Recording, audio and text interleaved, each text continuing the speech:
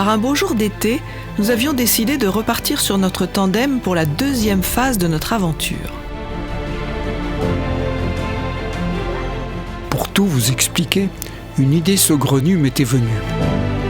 Relier les lieux-dits et villages français portant des noms que l'on retrouve dans le livre le plus vendu de la planète, la Bible. Alors, j'avais entamé des recherches, fouiné les bases de données, les atlas, les dictionnaires, rien. Je n'avais trouvé aucune liste qui répertorie ces noms-là. J'avais donc décidé de la créer, cette liste. À force de patience et au bout de très longues journées de recherche et de recoupement, le résultat était là. 500 noms sur la carte de France. Dans le top 4, Jérusalem, près de 60 localités, Nazareth, Bethléem et puis Jéricho. Le premier épisode nous avait donc conduit de Nazareth, à côté de Valence, jusqu'à Bethléem, dans les environs d'Avignon.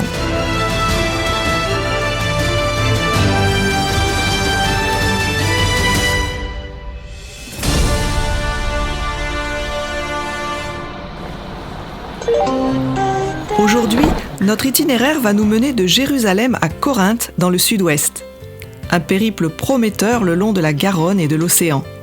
De quoi en prendre plein les yeux et plein les narines. Une bonne cure d'air et d'embrun. Mais pour commencer, il nous fallait rejoindre Jérusalem. N'ayant pas le temps de l'atteindre à vélo, c'est en train que nous avons démarré cette première journée. Un parcours du combattant avec notre engin particulier. C'était aussi l'occasion de découvrir la France au travers d'une vitre, en toute tranquillité. Finalement, après 4 TER, un refus d'embarquer et quelques kilomètres de pédalage, nous rallions le point de départ de cette échappée en terre gasconne. Le lieu-dit Jérusalem, à Muret, dans la banlieue de Toulouse. Des amis de longue date, récemment installés dans la région, nous accueillent pour notre première nuit en pays cathare. Non, Jérusalem, j'avais jamais entendu parler. Alors, du coup, le voyage de noces que je devais à ma femme, je vais le faire là, c'est plus pratique. Je lui dis, écoute, chérie, j'avais pas précisé la latitude et la longitude. T'es à Jérusalem, on mangera un sandwich en pique-nique et puis c'est bon. Tu l'as eu ton voyage de noces. Marché conclu.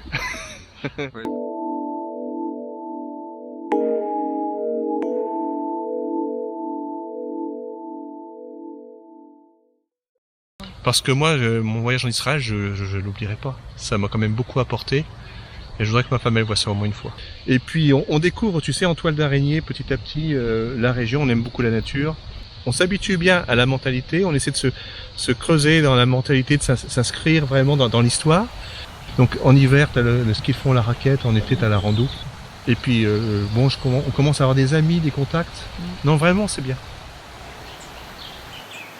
C'est un endroit qui porte ce nom depuis la fin du 19e siècle et qui se situe aux abords de la Garonne.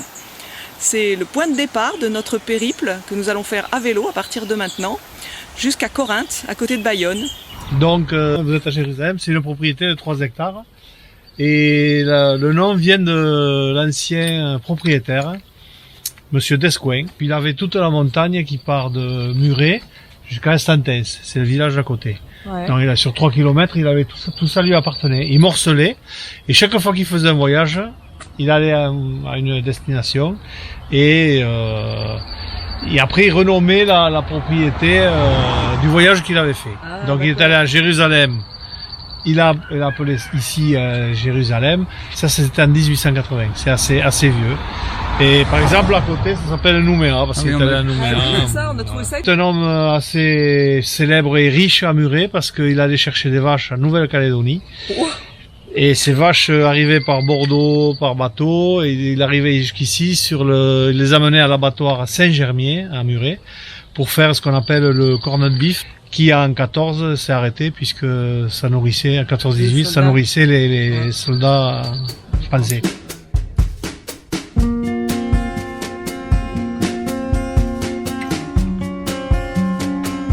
Nous ne pouvions esquiver un crochet par Villeneuve-Tolosane dans le but de revoir Édouard. Il avait été le premier à m'accueillir spontanément dans sa maison du Jura lors de mon voyage de 6000 km vers l'Arménie, quelques années auparavant. Des retrouvailles émouvantes. Après avoir pris congé de nos amis, nous pédalons en direction de Bordeaux. Il suffit de suivre l'eau. C'est le fil rouge, ou plutôt bleu, qui va nous embarquer et nous guider jusqu'à notre objectif. Nous nous immergeons dans la traversée historique de l'ancienne capitale des Wisigoths, la Cité des Violettes.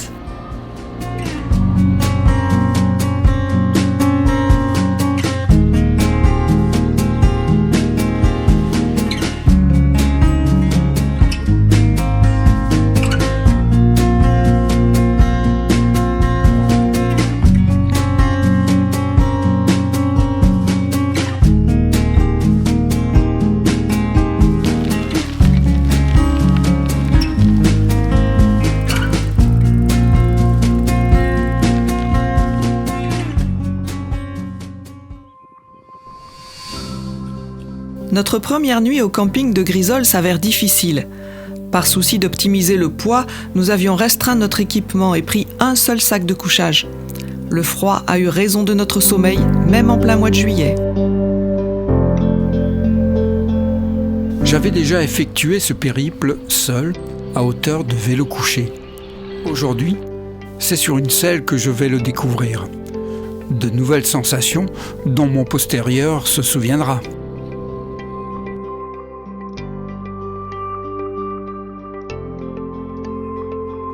Nous nous sommes mis au diapason avec la Garonne, puis avec le canal qui la longe et l'accompagne de sa très vieille amitié complice depuis près de 200 ans.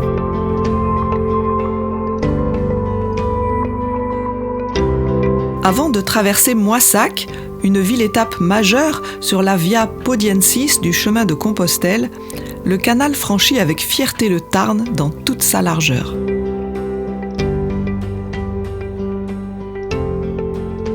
Nos oreilles sont affriolées par les notes puissantes et éphémères qui s'échappent de Saint-Pierre. Ce sont celles de l'orgue Cavaillé-Coll du XVIIIe siècle, provenant de cette abbatiale qui aurait été fondée par Clovis.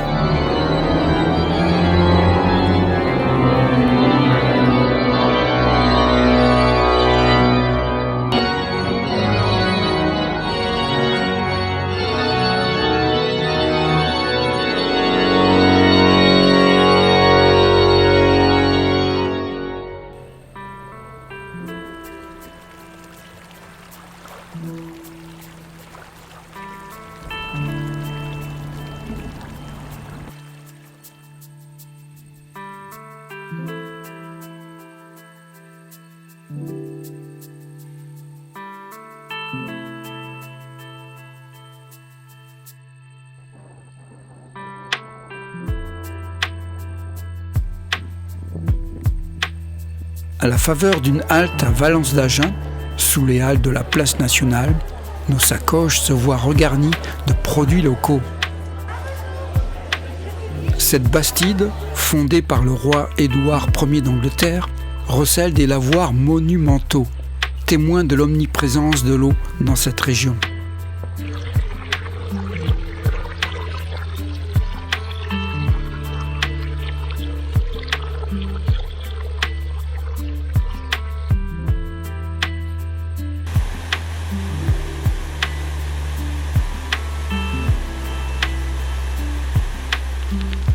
L'ancienne voie de halage, flanquée de ces platanes majestueuses et séculaires, déroule sous nos roues son tapis de feuilles et de bitume. Elle nous mène à Agen.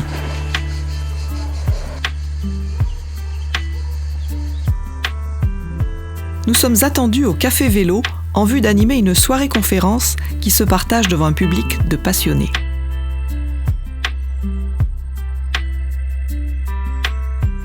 Le séjour se prolonge par une visite nostalgique de la capitale du pruneau, où j'ai passé toute mon adolescence, traversé l'épopée de mai 68 et découvert ma vocation musicale. Une période fondatrice de ma vie. Avant de retrouver le canal, nous effectuons un détour par le Jourdain, dans l'espoir de glaner des indices sur l'origine locale de ce nom. En vain.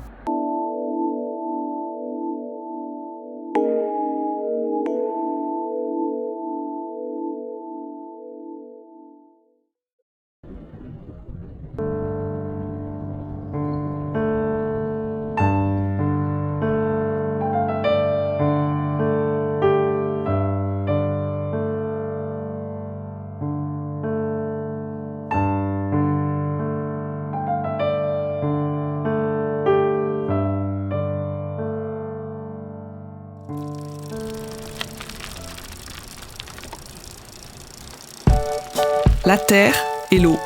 2 voies parallèles. 2 mondes qui se côtoient sans jamais se rejoindre. L'un pour marcher ou pédaler, l'autre pour glisser en laissant derrière soi une trace évanescente.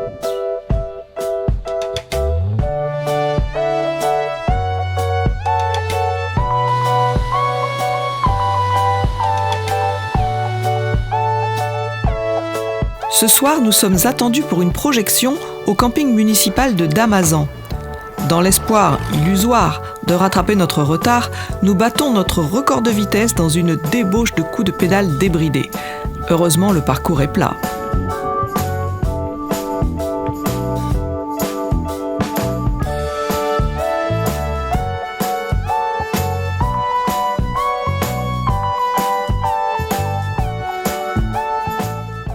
Lorsque les morts sont arrivés dans la région, ils sont arrivés sur le coteau qu'on appelle aujourd'hui Cap du Bosque, puisque c'est la fin de la forêt landaise. Et ils ont vu la plaine de la Garonne au fond, et ça leur a rappelé Damas. Ils ont nommé ce lieu Damazan, Damas Anne, qui veut dire la petite Damas.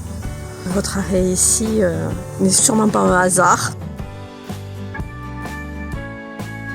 L'histoire du vélo a marqué cette forteresse médiévale, car dans le passé, de talentueux champions cyclistes ont usé leurs pneus et montré leurs muscles sur la piste du vélodrome local, à l'instar de Jacques Anquetil ou Raymond Poulidor, entre autres.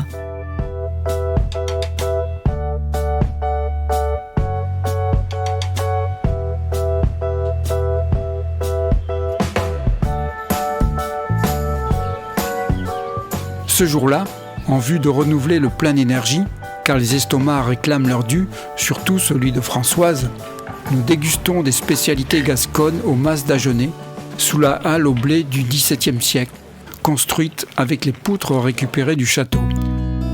L'histoire nous abrite.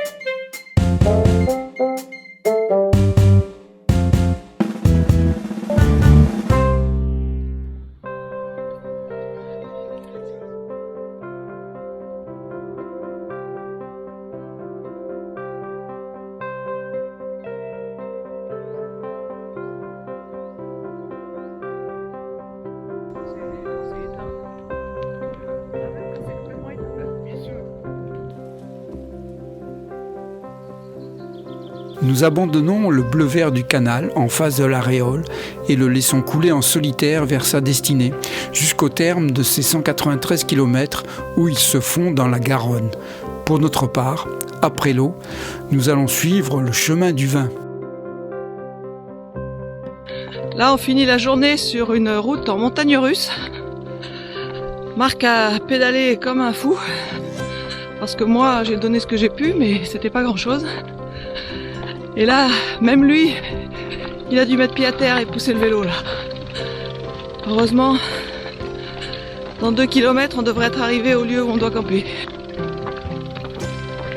On va prendre une douche avec la bouteille ou l'arrosoir, et puis bien manger, bien se reposer.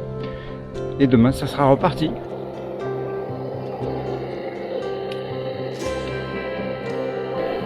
Pâte aux courgettes avec des petites olives et du fromage.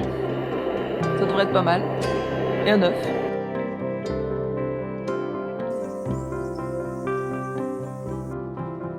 Après la traversée de la Dordogne et de ses eaux tourmentées, une pause s'imposait à Saint-Émilion, mais sans succomber à la dégustation.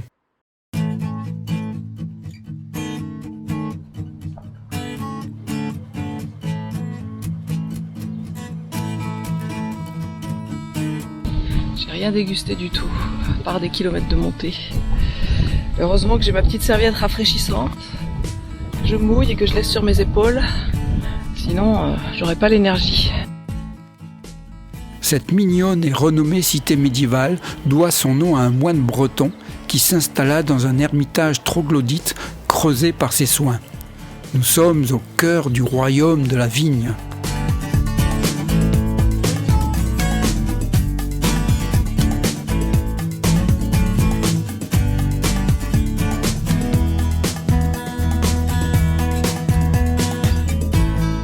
Notre lieu de résidence ce soir se trouve à Galgon, chez Anja et Patou, nos hôtes warm showers. Eh bien, je connaissais, mais pas plus que ça. J'ai percuté quand on a parlé hier au soir. Je me souviens que voilà, à Antioche, je suis passé à vélo. Non, alors là, ouais, là, tu m'as vraiment épaté, là. Ouais. 500 lieux en référence sur l'histoire chrétienne. Non, pas du tout. Retrouver la Dordogne qui est là. Ouais. Et remonter. C'est le départ de l'estuaire. Oui, alors là, il y a plein de petites îles, hein. Elle est habitée ? Il y en a qui sont habitées. Vous allez arriver à Lamarque, l'autre côté là. Ouais. Vous allez être juste à côté de gros châteaux.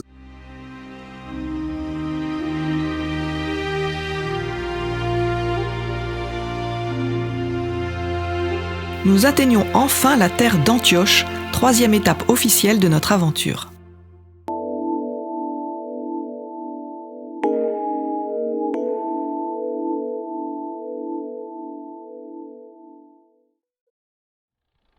On vient d'arriver à Antioche ce matin et on va essayer de mener notre petite enquête pour savoir si les habitants du lieu savent pourquoi ça s'appelle Antioche ici. Dans le virage là-bas, vous allez voir, elle est un petit peu en retrait du bord du pré. Oui, ça s'appelle la Croix d'Antioche. La Garonne et la Dordogne, c'est ça, c'est l'histoire des marais, ça brasse tellement que les eaux sont troubles. Ah oui, c'est ça. Voilà. Ouais. Ah oui. Entre 5 et 6 mètres, quand même, en temps normal, hein. Ouais. Quand c'est des grosses marées, ça peut monter jusqu'à 9 mètres. Ah oui.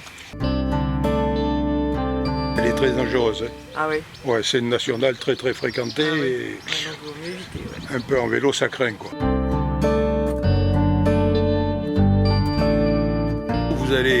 Vous allez fausser votre appareil pour me prendre une photo là.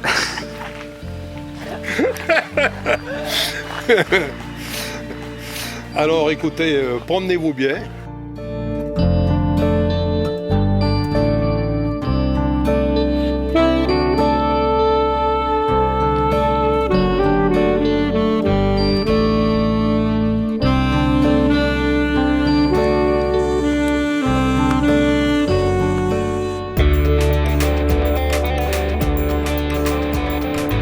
Nous embarquons de justesse sur le ferry qui nous fait basculer de l'autre côté de la Gironde.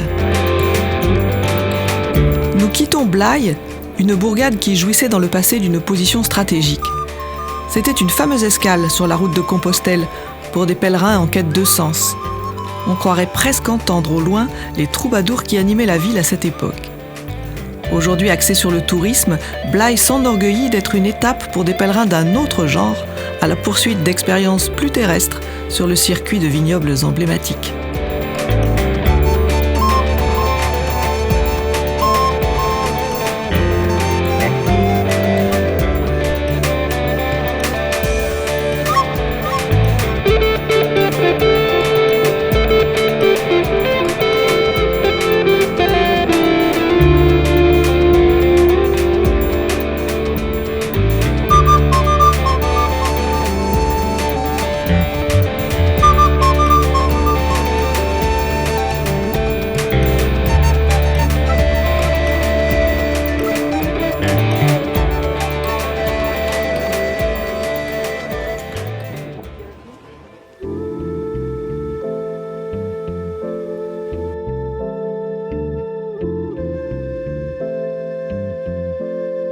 À Cantenac, au milieu des châteaux, nous sommes accueillis chez Julie et Manu. Nous campons dans leur jardin aux côtés d'une famille qui voyage à vélo avec 3 jeunes enfants. Le lendemain matin, ils seront prêts pour le départ avant nous. Nous sommes admiratifs devant une telle organisation. L'objectif, c'est de passer Bordeaux assez rapidement. On y va ? On a oublié.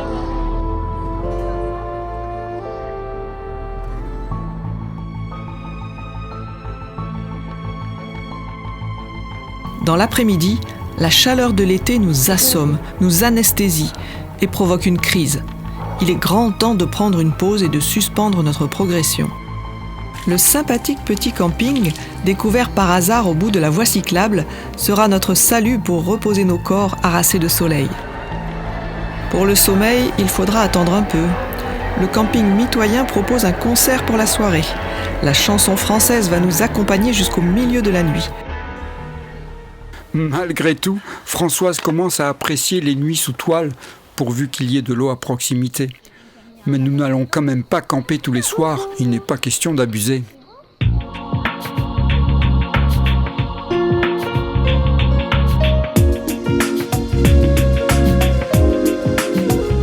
Nous atteignons enfin l'océan sous les nuages en pleurs. Derrière l'immense Pinède, la plage du Grand Croau, paradis des surfeurs, dévoile jalousement ses charmes. On imagine l'Amérique, au-delà des vagues, un autre monde.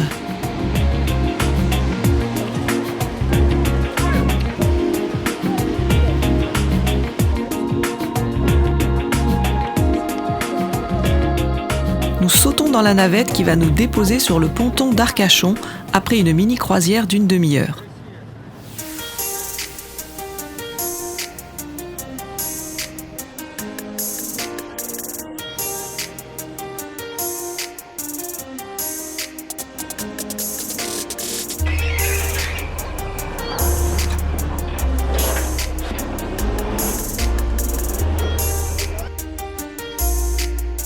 Cette cité vit au rythme des 4 saisons, qui ont d'ailleurs donné leur nom aux quartiers éponymes.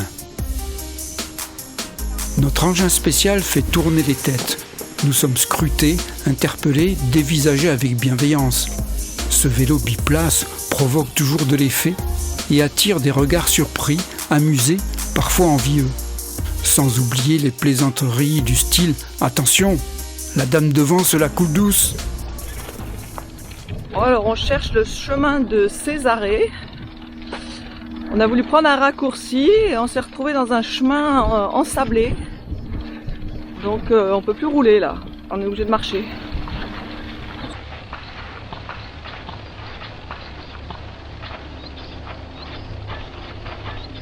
Je croirais à la plage. Slalomant dans la banlieue, nous atteignons avec quelques difficultés Gujan-Mestras.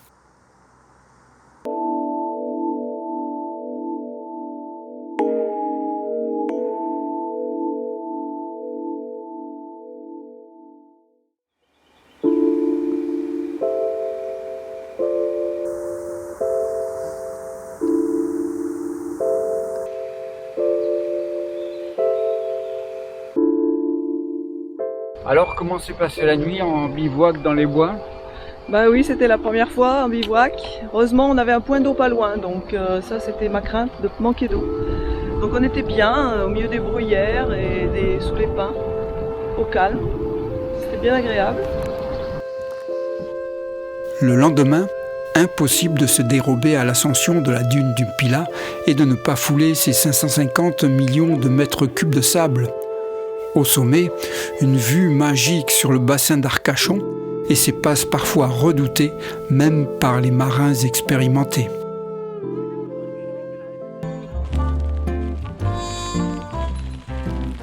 Nous nous attendions à des voies vélo plates avec vue panoramique et permanente sur l'étendue infinie des flots bleus. C'est tout le contraire. L'océan disparaît derrière les dunes.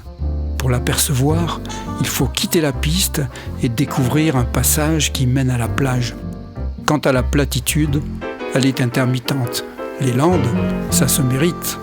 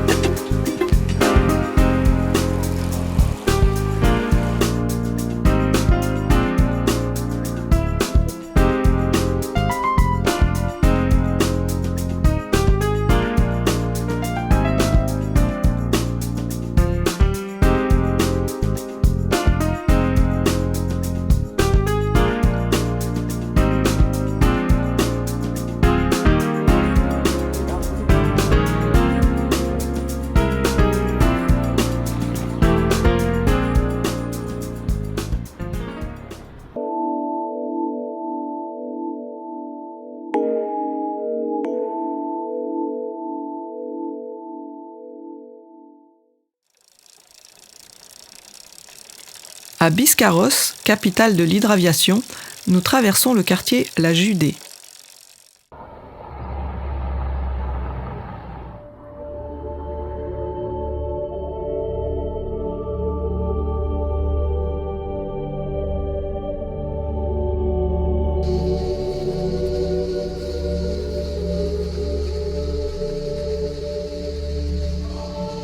Le soleil joue à cache-cache avec ses pins anonymes qui se jettent vers le ciel. L'océan joue aussi, mais les arbres gagnent souvent. Dommage.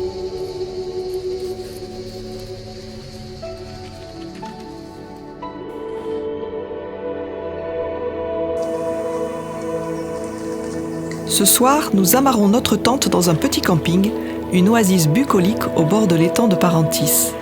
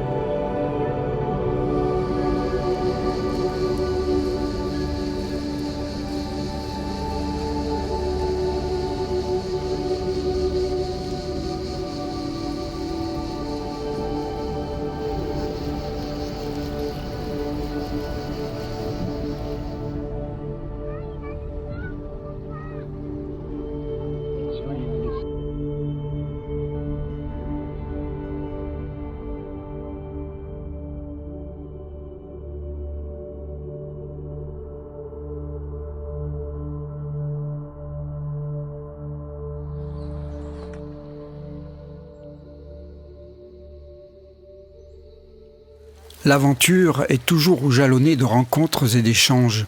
Ce jour-là, nous croisons la route d'un cycliste qui tente de rejoindre le Portugal, juché sur un tricycle. Malgré les apparences, il n'est pas du tout vendeur de crêpes. Je suis parti de La Roche-sur-Yon, je suis monté à Cherbourg, ensuite j'étais en Irlande. Et maintenant je redescends et je descends sur le Portugal. Et après, j'espère pouvoir mettre mon vélo dans un conteneur pour l'envoyer en Thaïlande et aller faire l'Asie. Ça prendra le temps que ça voudra. Et puis quand j'en aurai marre de pédaler, je revendrai le vélo, puis je reviendrai en bateau. il est blindé. À quel poids ? Avec moi dessus, je suis à peu près entre 150 et 200 kg.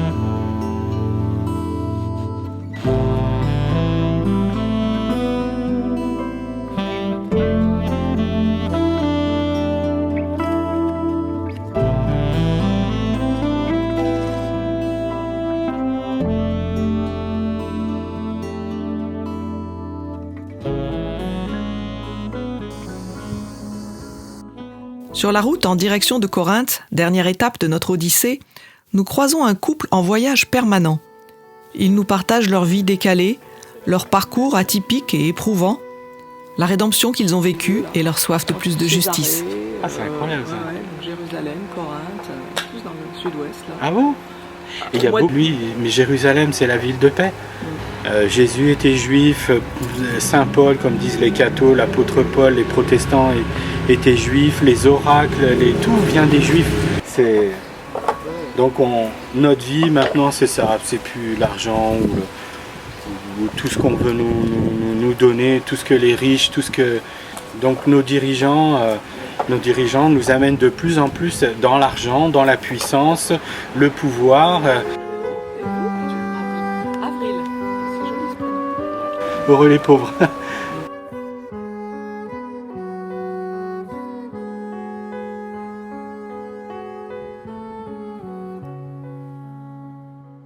Nous posons nos roues pour la nuit chez Armel. Son charmant camping est une aire d'accueil naturelle où règne une ambiance familiale et où la relation et l'écoute ne sont pas des vains mots. On se croirait presque à la maison, entouré des habitués qui viennent séjourner ici depuis des années.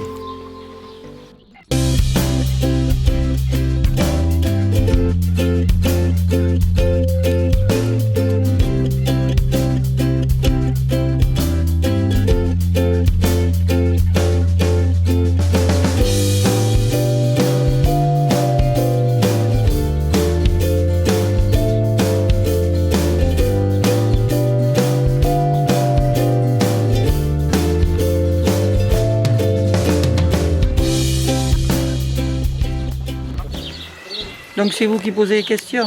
Ah, moi je fais du vélo aussi, mais bon, pour accompagner les gens, mes touristes déjà, sur Segorbe, parce que les pistes cyclables, c'est pas toujours bien indiqué les directions. Donc c'est bien aussi d'accompagner les gens. Voilà. Parce qu'ici c'est quand même des pistes cyclables, mais un peu coupées par des voies vertes, vélo et voiture, quoi. On a repris le vélo parce qu'on est retraité et il faut bien pour les articulations, soigner les articulations, on va dire comme ça. Voilà. En fait, moi je fais du vélo, mais mon mari il triche un peu, il fait avec le moteur. T'as gagné à la pétanque, comment ? Non, il n'a pas été joué à la pétanque. Vous arrivez de Jérusalem, ça surprend aussi, près de Toulouse. Voilà. Qu'est-ce que c'est ce Corinthe, voilà. C'est votre terminus, Corinthe, mais je ne connais pas. Au revoir.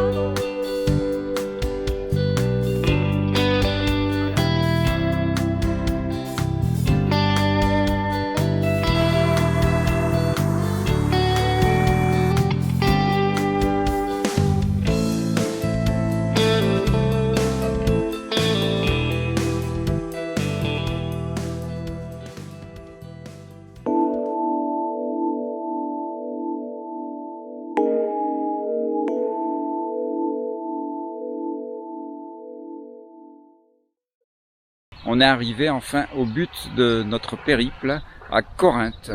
C'est dans la ville de Saint-Vincent de Tyros, près de Bayonne. Et nous allons explorer le quartier pour voir si on peut en savoir plus sur ce lieu.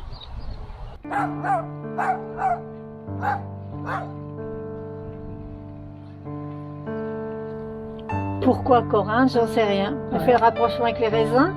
Peut-être. C'est possible, parce que je pense qu'avant c'était des cultivateurs.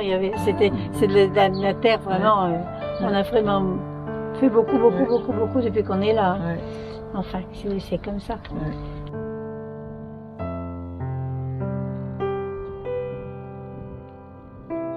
Ben, c'est à cause du raisin, de la vigne qui était installée ici. Ça a été un champ de vigne. Et après, ils ont mis le côté maïs, le maïs après. Et après, c'est devenu un lotissement qui était vendu. D'origine, c'était le raisin. C'était des vignes entières. Il paraît qu'il y en avait. Mais moi, je n'ai pas connu. Ça fait que 36 ans que je suis ici.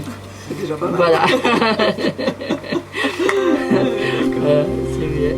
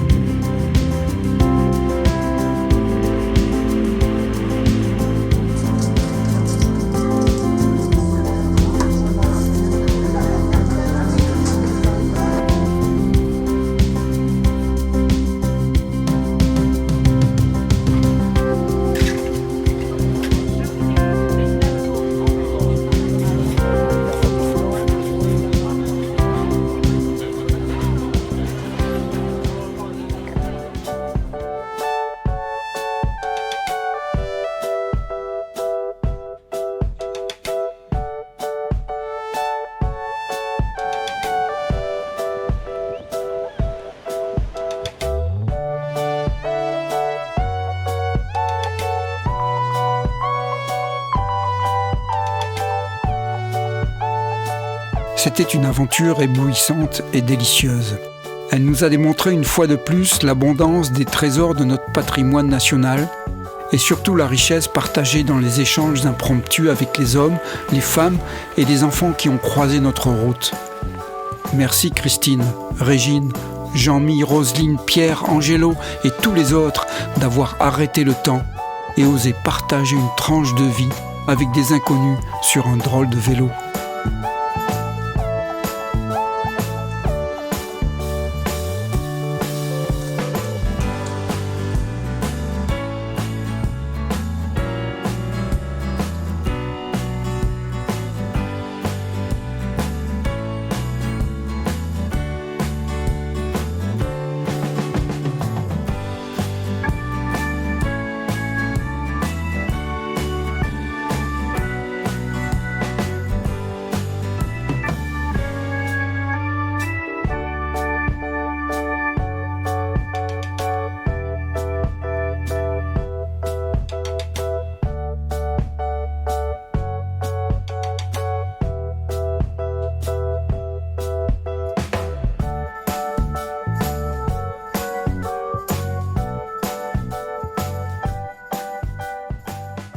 Non, on va quand même rentrer. C'était bien, non? C'était sympa.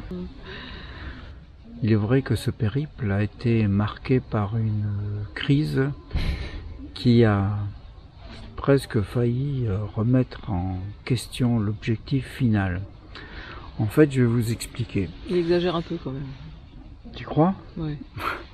J'avais proposé à ma femme donc ce parcours en lui disant que ça allait être plat, tranquille, pas de côte. Après l'aréole, le parcours était quand même un petit peu vallonné. Elle n'a pas trop apprécié. Et ensuite, je lui ai dit, mais rassure-toi, pas de problème, on va arriver dans les Landes. Là-bas, c'est tout plat et tout droit. Manque de tempo, c'était pas droit, c'était pas plat, c'était bien sinueux, beaucoup de virages, ça c'était très bien. Oui, ça c'était bien les virages, parce que très c'est bien, moins monotone oui. Et c'était agréable, les petits virages dans la pinède qui sont bons, la résine. Par contre, on a passé des cols à 50 mètres, 70 mètres. Il se moque de moi là. Mais il y en a eu souvent. Ouais. Et ça, elle n'a pas apprécié. Bon, enfin, à la fin, quand même, je l'ai monté pas si mal. Hein. Il faut dire qu'au bout de 13 jours de vélo, elle a une forme olympique. Je pense qu'elle est prête à faire le Tour de France. Je ne l'ai jamais vue dans cet état. Bon, la crise n'était pas si grave que ça, finalement.